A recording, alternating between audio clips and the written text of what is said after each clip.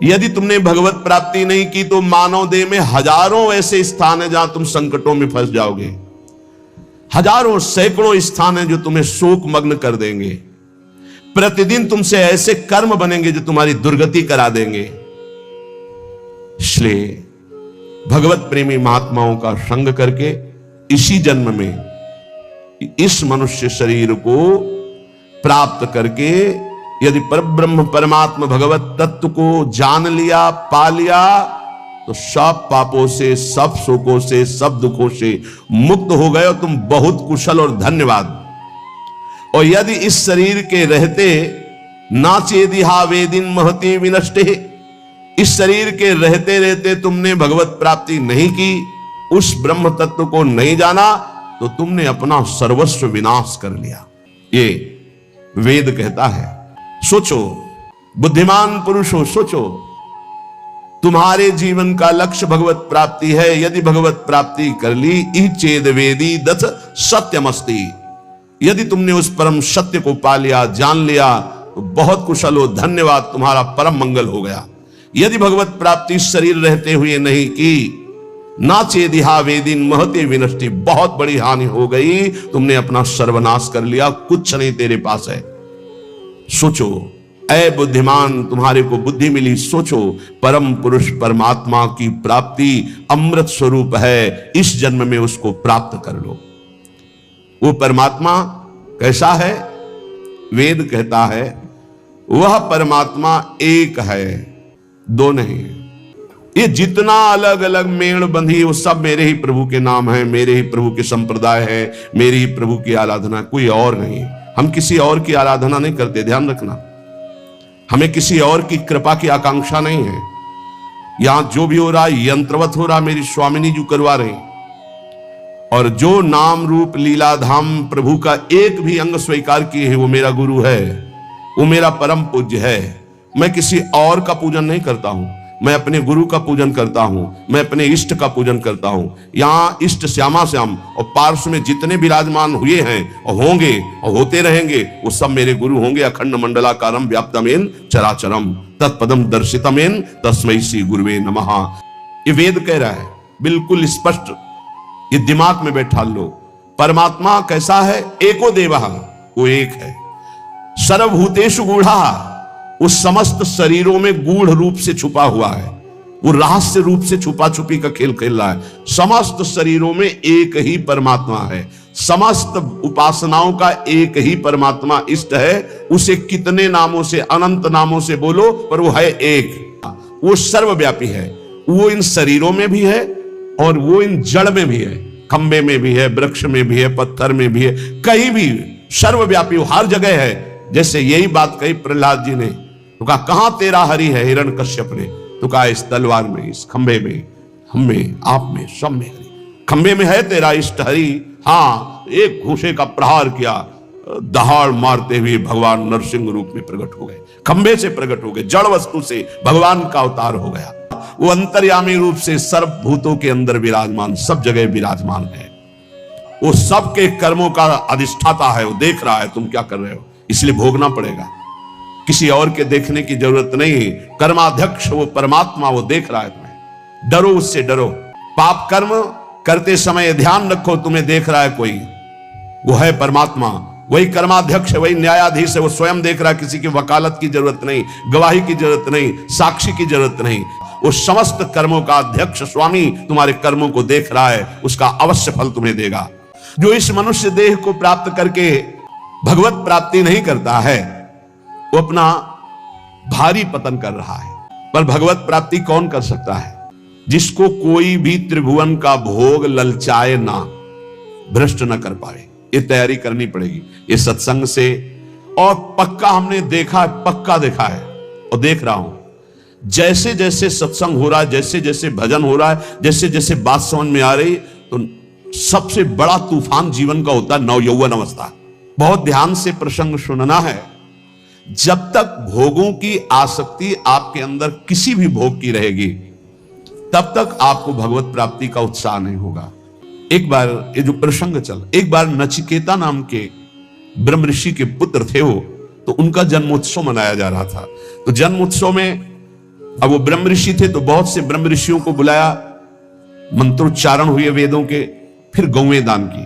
तो नचिकेता ने देखा गलत हो रहा है, उन्हीं का जन्मोत्सव था। अच्छी अच्छी गौएं गौशाला में रख ली गई हैं और जो कम दूध देती हैं या जो दूध देना छोड़ने वाली हैं वो गौएं दान की जाए। तो उन्होंने दान करते समय ही पिता से कहा कि मुझे ये आपकी दान पद्धति ठीक नहीं लग रही।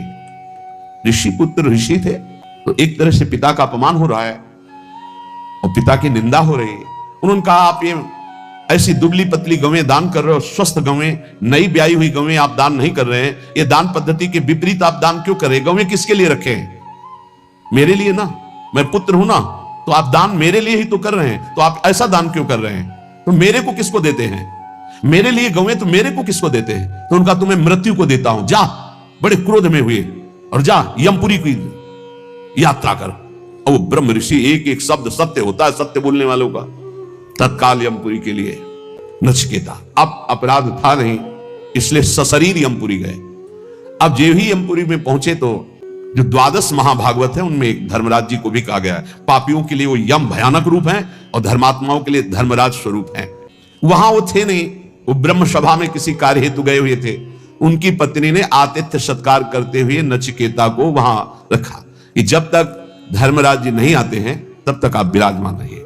धैर्यपूर्वक वहां रहे। जब धर्मराज जी आए उनको कुछ बताना नहीं होता, वो सर्वज्ञ है। तत्काल देखा कि हां का कैसे आगमन हुआ, जान गए, बहुत प्रसन्न हुए।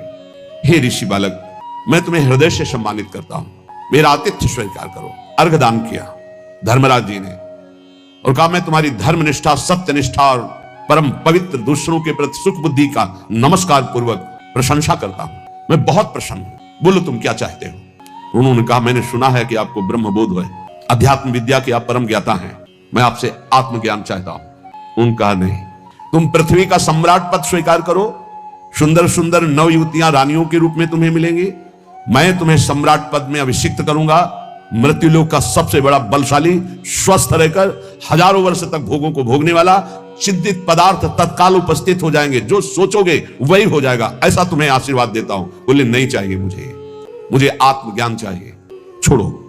मैं तुम्हें स्वर्ग का देवराजेंद्र पद देता हूं, नवीन नवीन अप्सराएं तुम्हारी सेवा में रहेंगी, स्वास्थ्य भोग वैभव देवता तुम्हारे अधीन रहेंगे, ऐसा मैं तुम्हें वरदान देता हूं।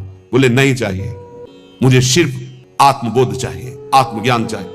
क्या क्या नहीं लालच दिया, जब कोई भी बात स्वीकार नहीं का, आत्मज्ञान चाहिए, तब बोले हे नचिकेता तुम महान हो। जब कोई भगवत मार्ग में चलना चाहता तो उसके सामने दो वस्तुएं होती है, एक श्रेय और एक प्रेय। श्रेय कहते हैं जिससे भगवत प्राप्ति होती है, प्रेय कहते हैं जिनसे भोगों की प्राप्ति होती है। दोनों सामने रखे जाते हैं, किनके? हमारे तुम्हारे ऐसे साधारण के नहीं, जिनका दृढ़ लक्ष्य बन गया भगवत प्राप्ति। अब जो भोग चाहिए वो सब मिलेगा उसको, फ्री मिलेगा, भोगो, और उत्तम भोग उसको एकांत में दिया जाएगा, भोगो। अगर प्रेय भोग लिया तो श्रेय की प्राप्ति का अधिकार क्षीण होने लगता है। अगर प्रेय को ठुकरा दिया तो श्रेय की प्राप्ति, श्रेय माने कल्याण, परम भगवत प्राप्ति, परमानंद की प्राप्ति, प्रेय भेजा जाएगा। यहां तो प्रेय के लिए ही श्रेय को स्वीकार कर रहे हैं, भगवान को साधन मान रहे हैं और भोगों को साध्य मान रहे हैं, जबकि साध्य भगवान होने चाहिए, भोगों को साधन बना दो। नचिकेता तुमने प्रेय को ठुकराया है, तुम श्रेय के अधिकारी हो। ध्यान देना, ये भगवत पार्षद हैं सब, ऐसे आप आगे नहीं बढ़ेंगे, आपके लिए भेजा जाएगा, ये ले लो भगवान को छोड़ो, ये ले लो भजन छोड़ो, ये ले लो। कोई वासना लेके जाओगे भरपूर, वो वासना की पूर्ति की जाएगी भजन छुटवाने के लिए। ये अंदर बैठा ये संत वाणी इसीलिए सुना रहे बड़े बड़े महापुरुषों की। प्रेय और श्रेय दोनों साधक के सामने रखे जाते हैं। बुद्धिमान उपासक को दोनों पर भली भांति विचार करना है कि ये प्रेय तो बहुत जन्मों में भोग चुका हूं, अब इस जन्म में नहीं, इस जन्म में मुझे भगवत प्राप्ति करनी है। वो श्रेष्ठ बुद्धि परम कल्याण के साधन के सामने समस्त भोग सम्मान प्रतिष्ठा को त्याग करके श्रेष्ठ समझकर भगवत प्राप्ति को आगे बढ़ता है, नहीं चाहिए। परंतु जो मंद बुद्धि वाला होता है वो योगक्षेम की इच्छा रखकर भोगों को स्वीकार कर लेता है और परम कल्याण से वंचित हो जाता है। बहुत सुंदर प्रसंग है। हे नचिकेता, उन्हीं मनुष्यों में तुम ऐसे निष्प्रिय निकले कि तुमने न मृत्युलोक, न स्वर्गलोक, न किसी भी भोग को स्वीकार किया। तुमने अत्यंत सुंदर लुभावने हमारे दिए हुए भोगों को ठुकरा दिया। तुम्हें सुंदर रूप मिलता, सम्राट पद मिलता, परलोक में सब भोग मिलते, तुमने भली भांति उनका त्याग कर दिया, कहीं नहीं विचलित हुए। मेरे लोभ देने पर भी तुमने संपत्ति श्रृंखला को ही छोड़ दिया। तुम किसी लोभ में नहीं फंसे जिसमें प्रायः सब फंस जाते हैं। ये अज्ञान के द्वारा ग्रसित लोग अपने को बुद्धिमान और विद्वान मानने वाले ये भोगों में कैसे फंस जाते हैं। ये मूर्ख हैं जो भगवान को प्राप्ति के इस मानव देह में तप और संयम जितेंद्रियता का त्याग करके ये भोगों में फंस जाते हैं, फिर नाना योनियों में भटकते हैं, ठोकरें खाते हैं। इनकी वही दशा है जैसे अंधे के पीछे कोई अंधा लाठी पकड़कर चले, दोनों कुएं में गिर जाएं। ऐसे ये अपने को समझते तो बुद्धिमान है, विद्वान है, पर जो भोगों में रत है वो मूर्ख हैं। वो नाना योनियों में भटकेंगे और उनके पीछे चलने वालों की वही दशा होगी जो अंधे की लाठी पकड़ करके अंधा चलता है तो दोनों कुएं में गिरते हैं। अंधे नैव नियमाना यथांधाहा, कठोपनिषद। नित्य नचिकेता, तू ज्ञान स्वरूप आत्मा है। उपदेश करने का जब सब भोगों से नकार दिया, नहीं चाहिए मुझे आत्मज्ञान चाहिए। ए नचिकेता, तो नित्य ज्ञान स्वरूप आत्मा है, न तेरा जन्म है न तेरा मरना है, ना तेरा किसी से जन्म हुआ है न किसी से तेरी मृत्यु होगी, ना तू किसी का कार्य है ना तू किसी का कारण है। तू अजन्मा है, नित्य है, एक रस रहने वाला पुरातन आत्मा है जो न कभी क्षय को प्राप्त होता है न वृद्धि को प्राप्त होता है। ये तेरा शरीर, ये शरीर नाशवान है, ये नष्ट हो जाएगा। तू अजन्मा है, एक रस है। ये परब्रह्म परमात्म तत्व का बोध ना प्रवचन से मिलता है, ना बहुत मेधया बुद्धिमानी से मिलता है, ना बहुना श्रुतेन बहुत सुनने से मिलता है। ये जिसको वर्ण कर लेता है उसको अनुभव में आता है। वर्ण कौन? आत्मा किसको वर्ण करता है? गुरुदेव रूप से आत्मा जिसे वर्ण, आत्मा हरिवंश प्रगट परमानंद श्री हरिवंश प्रमाण मनम, जिसे गुरुदेव स्वीकार कर लेते हैं और जब गुरुदेव उसका बोध कराते हैं, इसीलिए कहा मोक्ष मूलम गुरु कृपा, मंत्र मूलम गुरु वाक्यम। ये बहुत सुनने से, बहुत प्रवचन करने से, बहुत बुद्धिमान होने से आत्म तत्व का बोध नहीं होता। आत्म तत्व का बोध होता है आत्मस्वरूप गुरुदेव, जिसे स्वीकार कर लेते हैं, जो गुरुदेव की आज्ञा में चलता है उसे बोध हो जाता है। वो परमात्मा उसको स्वीकार कर लेता है, उसके हृदय में अपने आप को प्रकाशित कर देता है। मोक्ष मूलम गुरु कृपा। हे नचिकेता, सूक्ष्म बुद्धि के द्वारा भी उस आत्म तत्व को नहीं जाना जा सकता, क्योंकि वो बुद्धि के जानने में आने वाला तत्व नहीं है।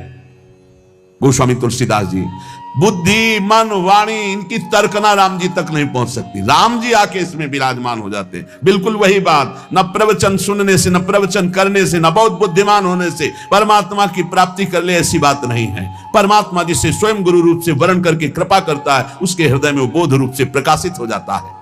और बहुत बढ़िया बात है, उस परमात्मा तत्व को न शुभ साधनों से प्राप्त किया जा सकता है और ना अशुभ आचरणों से उसको छोड़ा जा सकता है। इसीलिए जो सिद्ध हो जाते हैं फिर उनके ऊपर वेद शासन नहीं रहता। कह रहे ना विरतो दुश्चरिता न शांतो न सबाहिता, जो अपने स्वरूप को गुरु कृपा से प्राप्त हो गया है तो वो शुभ आचरणों से प्राप्त नहीं हो सकता और अशुभ आचरणों से उसकी निवृत्ति नहीं हो सकती, वो अपने स्वरूप में ही रहता है। जो अशांत चित्त है, जिसने अपनी मन और इंद्रियों को समर्पित नहीं किया गुरुदेव के चरणों में, उसे प्राप्त नहीं कर सकता। अशांत चित्त कभी मनमानी नहीं, अपने इंद्रिय और मन को गुरु आज्ञा। इसलिए उपनिषद पढ़ के देखो 12-12 वर्ष तक कई ऐसे प्रसंग आते हैं, गए हैं ब्रह्मबोध करने, कहा जाओ गाय चराओ जाके। बहुत वर्षों तक उनकी परीक्षा हुई गाय चराने की। 15 दिन में मिलते रहिए, जंगल में जाइए, 15 दिन बाद आए, बड़ा शरीर स्वस्थ। तुम्हारा शरीर स्वस्थ कैसे? गुरुदेव भिक्षा मांगकर पा लेते हैं और गाय चराते हैं। किसने आदेश किया था भिक्षा मांगने का?